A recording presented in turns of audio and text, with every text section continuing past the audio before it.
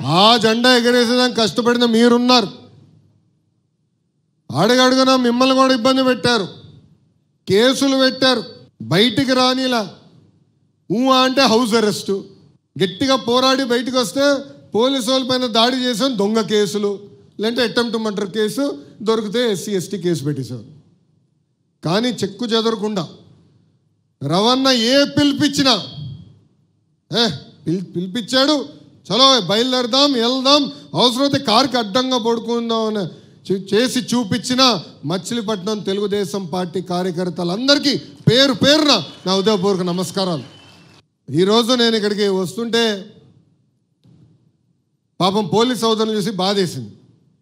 ఎందుకంటే exit entry దగ్గర ఒకవేళ నుంచోబెట్టారు. ఎస్పీ గారు చెప్పే వాళ్ళందరూ తీసుకెళ్ళండి అబ్బా, అవసరం లేదు మాకు, యువగలం పాదయాత్రలోనే మన ఎవరు ఏం చేయలేకపోయారు, ఇప్పుడు ఎవడేం పేగుతాడు రా భయ్, అందరినీ పట్టుకెళ్ళని చెప్పా. ప్రజాస్వామ్యం ఎంత గొప్పదో ఒక్కసారి మనందరం ఆలోచించాలి. ఏ అధికారులు అయితే మన ఇబ్బంది పెట్టారో, ఏ అధికారులు అయితే మన పైన దొంగ కేసులు పెట్టి చంద్రబాబు నాయుడు గారిని, కొల్లు రవీంద్రన్ని జైలుకు పంపించారో, ఈరోజు అదే అధికారుల చేత సెల్యూట్ కొట్టించారంటే అదే మన ప్రజాస్వామ్యం, ప్రజల గొప్పతనం. అడుగడుగున మన ఇబ్బంది పెట్టారు, బయటికి రానిలా. బాబు గారు ఆనాడు ఆత్మకూరులో మన కార్యకర్తలు ఇబ్బంది పెడుతున్నారు, బయలుదేరుతామంటే రవణ కూడా మాతో ఉన్నారు. ఏకంగా గేట్లకి తాళ్ళు కట్టేశారు స్వామి. పులిని నీళ్ళని లోపల పెడతారు. వాళ్ళు అనుకున్నారు చంద్రబాబు నాయుడు గారిని జైలుకి పంపిస్తే ఈయన ఏదో ఫీల్ అవుతాడని.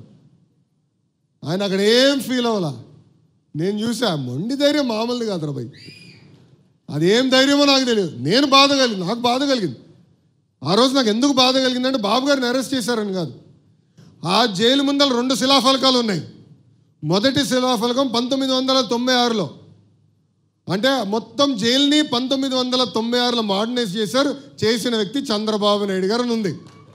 దాని పక్కన 2వ శిలాఫలకం ఉంది, అది 2014 నుంచి 19 మధ్యన ఏ బ్లాక్లో అయితే చంద్రబాబు నాయుడు గారు మేము కలిసేవాళ్ళమో అది కూడా చంద్రబాబు నాయుడు గారే చేశారని ఉంది. అంటే చివరికి జైల్ని కూడా అభివృద్ధి చేసింది చంద్రబాబు నాయుడు గారిని. అలాంటి వ్యక్తిని జైల్లో పెట్టారు. ఆ ఒక్క క్షణం బాధేసింది, బాధ కలిగింది నాకు. బాబు గారిని చూస్తే కళ్ళంట నీళ్ళు వచ్చింది.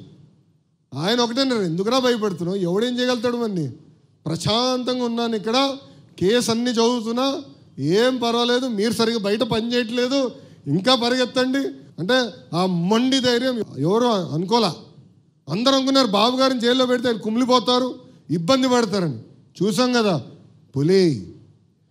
ఆ రోజు జైలు బయటకు వచ్చినప్పుడు కూడా పులిలాగా వచ్చిన వ్యక్తి. ఇది మనం మర్చిపోకూడదు.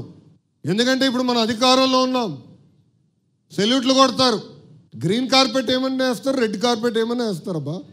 కానీ కష్టకాలాలు మనం మర్చిపోకూడదండి. ఎన్ని ఇబ్బందులు ఎదుర్కొన్నా మనం మర్చిపోకూడదు.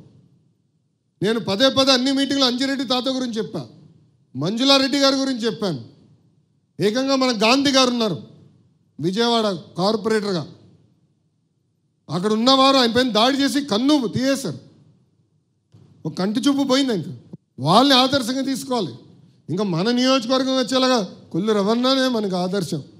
ఎంత ఇబ్బంది పెట్టారు, అడుగడుగున ఎట్టొకట్ట కట్టేయాలి, ఆపాలి స్పీడ్ అనే ఆలోచన.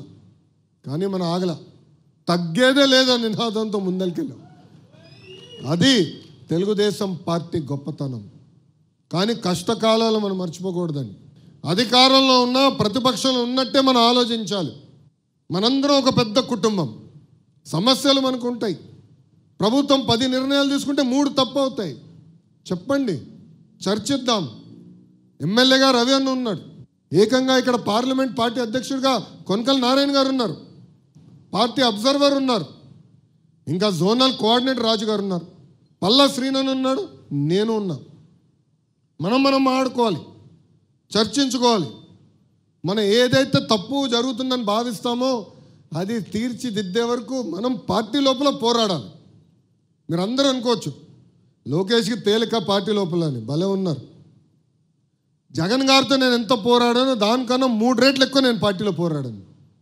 కొల్లు రవణకు తెలుసు, ప్రతి పాలిట్ బ్యూరో మీటింగ్లో నాకే ఎక్కువ అక్షంతలు పడతాయి, ఏదో ఒకటి కలబెడతా ఉంటా. మహానాడు కడపలో పెట్టాలన్నప్పుడు చాలామంది అన్నారు ఎందుకు ఊకేయండి, ఒక విశాఖపట్నమో విజయవాడనో తిరుపతి చాలు కదా అంటే లేదు. పార్టీ విధానం మారాలి. ప్రతి సంవత్సరం కొత్త కొత్త జిల్లాల్లో మన మీటింగ్లు పెట్టాలి. పార్టీ సిద్ధాంతం ఏంటో తెలియాలి, అక్కడ అందరికీ ప్రజలు కూడా తెలియాలి, కార్యకర్తలు కూడా మొత్తం రాష్ట్రం చూడాలి అనే ఆలోచనతో చెప్పా. కానీ ఒప్పించడానికి నాకు టైం పట్టింది. బాబు గారు ఒప్పుకున్నారు, అదే ఆయన గొప్పతనం. కానీ ఒక్కదాన్ని చేయాలంటే ఎంత కష్టపడాలో నేను స్వయంగా చూస్తున్నాను. మనం మాడుకుందాం, చర్చించుకుందాం, కానీ 4 గోడల మధ్యన అది నాకు ముఖ్యం. నేను అనేక విషయాల్లో బాబు గారితో చర్చించాను. కొన్ని విషయాల్లో నేను ఏకీభవించబోవచ్చు, కానీ బాబు గారు నిర్ణయం తీసుకున్న తర్వాత శిరసు వంచి నాకు నచ్చపోయిన నిర్ణయమైనా అమలు చేస్తాను, ఎందుకంటే అది పార్టీ విధానం. అందుకే మీరు చూడండి, ఎప్పుడు నేను ప్రత్యక్ష రాజకీయాల్లోకి 12 సంవత్సరాలు అయింది, ఏనాడైనా బాబు గారు లోకేష్కి గొడవ జరిగిందని ఎవరన్నా అనగలుగుతారా? సాక్షి తప్ప. ఆఫ్కోర్స్ ఆ బులుగు మీడియా ఉంది కదా, ఎప్పుడు రాస్తాడు, ఎప్పుడు ఉండదు. కారణం ఏంటంటే పద్ధతి ప్రకారం మనం నడుస్తున్నాం.